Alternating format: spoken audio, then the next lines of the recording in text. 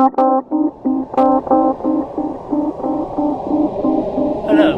my name is David Thorpe, the Special Consultant on Sustainable Cities Collective, the foremost website for urban leaders everywhere. Now, today we're here to talk about road safety, which is a much more interesting subject than you might think. We're here with Claudia Adriazola, who is the Health and Road Safety Programme Director for EMBARK, the Centre for Sustainable Transport and Urban Development at the World Resources Institute. Claudia focuses on reducing public health impacts arising from urban transportation and urban development, such as ways to improve traffic safety, air quality, physical activity, and the quality of life through sustainable mobility and urban design in cities. Hello, Claudia. Hello, David. It's a pleasure to talk to you today. Right, now perhaps you can begin by telling us how you got involved with this job. Well, I've been working with the World Resources Institute for the last 6 years. I started focusing on Latin America, and then I was offered to work for the global program. So my interest in traffic safety comes from many, many years ago. I worked for the government of Peru, where I'm from, on issues related to traffic safety. As a matter of fact, I started the first road safety council for my country. So what does a typical day look like for you? Well, I will come early to work. Some days I will bike to work. Now I have a little baby, so it gets me really inspired to come with new ideas, to basically protect people and understand people, how people are, how people really behave, instead of how they should behave. This is the main motto for me. I would like to protect people. I would like to make the environment and transport forgiving, and have for everyone a safe and healthy and fun day. That's a fantastic aim, but the challenges must vary from city to city depending on the level of development and resources that are available. Absolutely, you are totally right, David. It is a matter of how complex is the situation in each city, but it's also very important the political willingness and understanding that it is something to do, that really with a good framework, with a good planning, resources might not be that big, but the willingness and the creativity are the most important elements. So that's more important than the budget that's available, for instance? Absolutely. I really think so. So how do you get the city authorities to prioritise this kind of activity and build traffic fatalities and injuries into their transportation models? Well, we've been working for over 12 years with different cities around the world, David. I think it is almost self-explanatory when you go into the city to start your day and you get stuck in traffic and you are really frustrated because you cannot get on time, or you need 2 hours to just go to work or go to drop your kids to school, or run an errand. And you cannot do it, and you need so much of your time, and how that impacts economically your city, how much that impacts your quality of life. So I think politicians are very sensitive to these topics, and they are willing to try to understand and work with you through the complexities and get through and have good results. So the way we've been working is by showing results. One of our first projects was in Mexico City, a very, very big city, a very complex and challenging city, also a beautiful city that now has 4 BRT lanes, and they are building a fifth one, 100 kilometers of BRT, and it has been so successful in Mexico that is expanding to several cities in Mexico, and it has a spillover around the region Also around the world, many delegations from other countries have come to Mexico City to see what has happened there and how, with not really extremely expensive solution, you can provide good mobility for people, a different alternative. Another important topic is that through sustainable transport, you can save lives. How so? We have demonstrated through research that when you have private cars going in, let's say, in a two-lane road, you will see around 3,000 people that can be carried in these lanes, but the number of crashes is around 700. When you compare that to a BRT lane, the BRT can carry 5,000 people in just one lane, and the number of crashes is around 5. This example is a real example. It's an example from Guadalajara in Mexico. So I'm really telling you that through sustainable transport, you are tackling several issues that a city is facing. First of all, congestion, a response to mobility. We need to move in a city, but also to traffic safety. 1.3 million people are dying because of traffic crashes around the world, and 50 million are getting seriously injured. So this is really response to this crisis, but also providing more benefits, right? Besides all what I have already said, you can also see that your population will be more physically active, which is very important, and that you are cutting down in pollution. So it's like the perfect win-win solution, David. So you mentioned BRT. Do you think that's the intervention that can make the most difference, or are there others? Or there are many others. Walking is very important. Human beings are pedestrians. We need to walk. We enjoy walking. So making places available that you can reach by walking is important, and that comes with a good, thoughtful urban development. And biking is also very important. Fun, provides you with good physical activity. You are not contributing to any air pollution, so that's great. Plus, if you have a good design on the roads and a good amount of people, biking can become a safety solution. And besides Mexico City, which cities would you say are doing particularly well in advancing sustainable transport? Well, iconic cities like Rio de Janeiro are doing really an amazing job. They are progressing a lot. Istanbul, such a beautiful historical city, has done a lot in terms of BRT. One that is really beautiful is connecting Asia with Europe. It's very unique. In India, you have Bangalore. So we have many, many cities, 160 that have already implemented BRT systems until now, until 2014. So it's a solution that is getting embraced more and more by cities. But also you see biking. Biking is in the planning of many cities in Turkey. India is embracing biking again.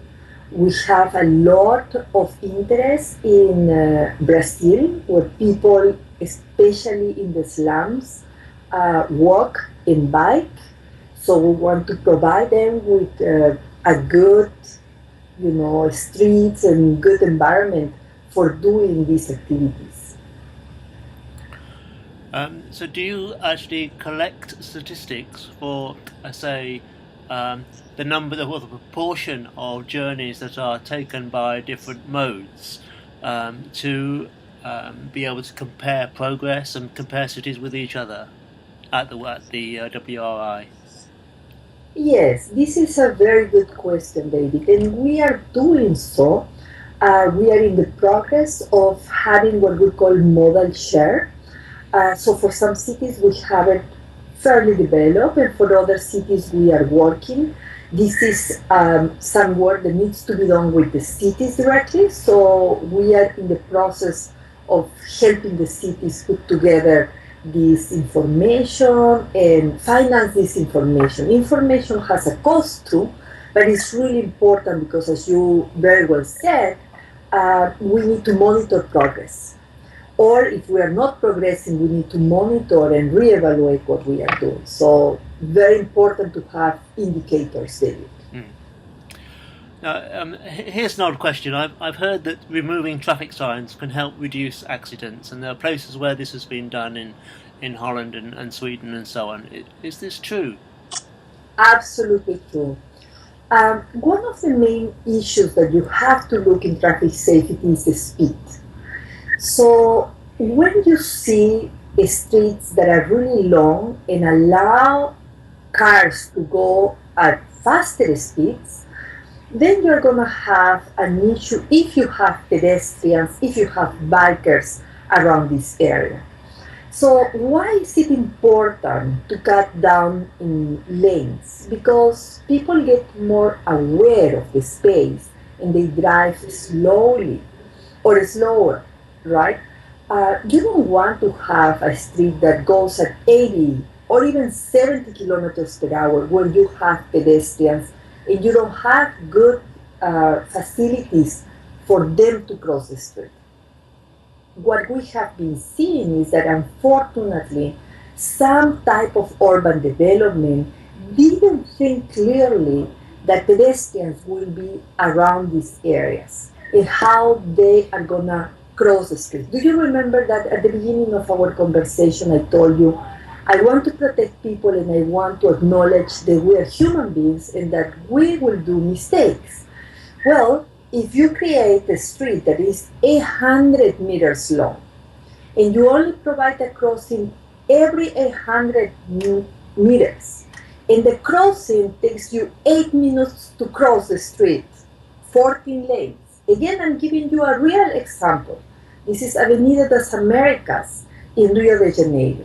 Okay? If you create such an environment, you are going to have cars that go at 100 kilometers per hour, and you are going to have desperate pedestrians that need to get to their jobs or need to run an errand in a very short time, and they will risk their lives and die. So, very easy. The environment, if you're going to mix pedestrians with bikers and cars, has to take care of the most vulnerable ones. 60 kilometers per hour is not a speed that the human body can resist. 30 kilometers per hour, better so. So if we are going to be having good flows of pedestrians, the speeds have to be controlled. So can you name some towns or cities where this has been implemented? Yes, Istanbul. Istanbul has created a beautiful pedestrianization in the historical peninsula.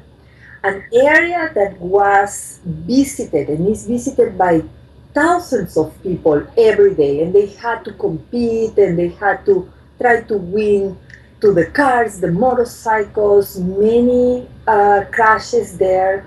Now the city has very smartly decided to close the area for cars to allow public transportation only. But you can go there and see how people are driving, how they feel safe, how they are really happy visiting all this beautiful area. So that's a very, very good example that we hope other cities around the world look and follow. Do you find that some cities or some countries actually have a culture of poor driving and poor standards in driving, and that makes them harder to tackle? Yes, David. But you have to see why this is happening. If you have a city like Lima in Peru, okay, where you are getting stuck in traffic for 2 or 3 hours, you don't really want to miss that yellow traffic light, right? You are gonna accelerate and pass, and if there is a stop sign, you might not respect it because you are really getting desperate, right? So we need to think on what is going on in the bottom. What is happening with this city? Maybe the city is not functioning anymore, right? And if we get really good mass transportation, and we really start thinking, how are we building this city? Is the city responding to the needs of the people, or do we need Mrs. Anna to go from her neighborhood to the hospital that is 10 kilometers away? Can we build a hospital closer to her? Can we have a school close to her? Can we have a good bus system so that she doesn't need to take a car and the car doesn't need to have such a stress in the city? So all our work is a system, right? So we need to look at what are other elements that are contributing for this poor behavior. There is room for improvement, absolutely, David, and it's gonna come when we start also providing good inputs into the system. People who are working in this field tell me that it's the motorbikes, the motorcyclists, who are the hardest to control.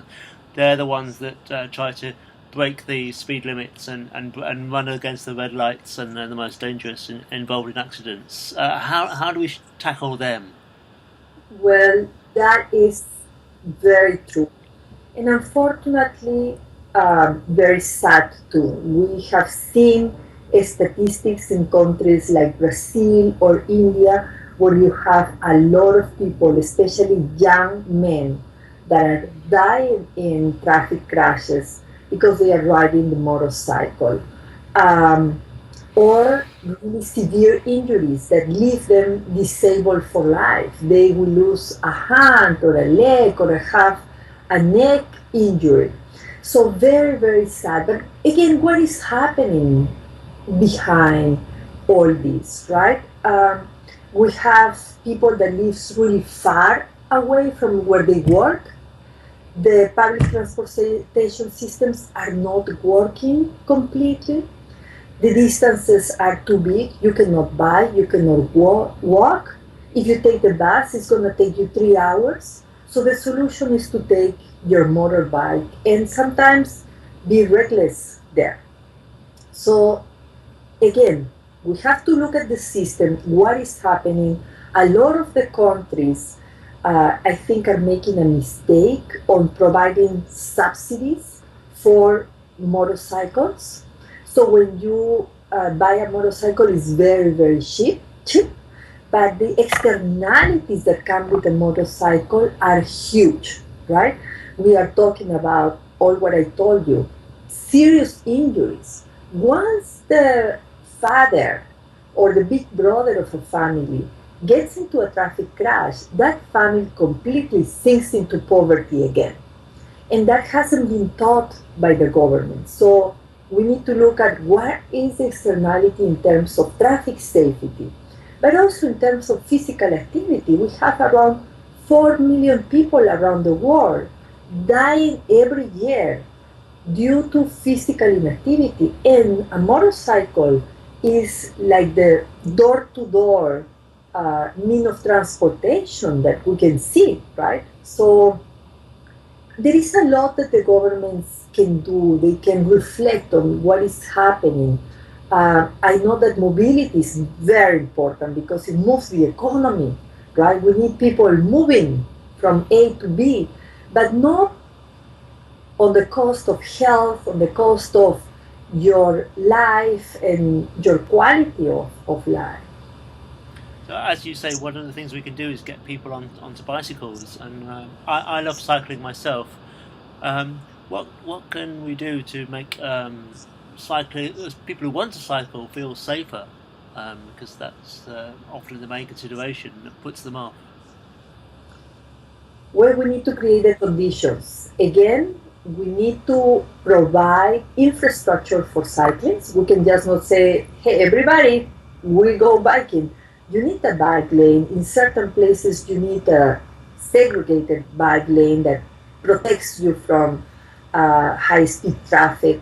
So thinking thoroughly on how you're going to provide this infrastructure is very important.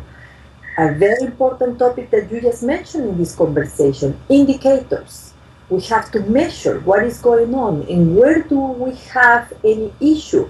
Where are we going to see problems and how we sort it out. So it is really important to provide infrastructure, to consider that bikers are vulnerable users of the road, and that we need to constantly think on them and protect them. And the reasons are not because bikers are, nice people and fun people. It's because we can provide to our cities a lot of benefits. A person that bikes will go less to the hospital, will go more often to work, will be happier going to work. So there are many, many reasons why we should invest in biking in our cities. Well, thank you, Claudia. You've given us a lot to think about.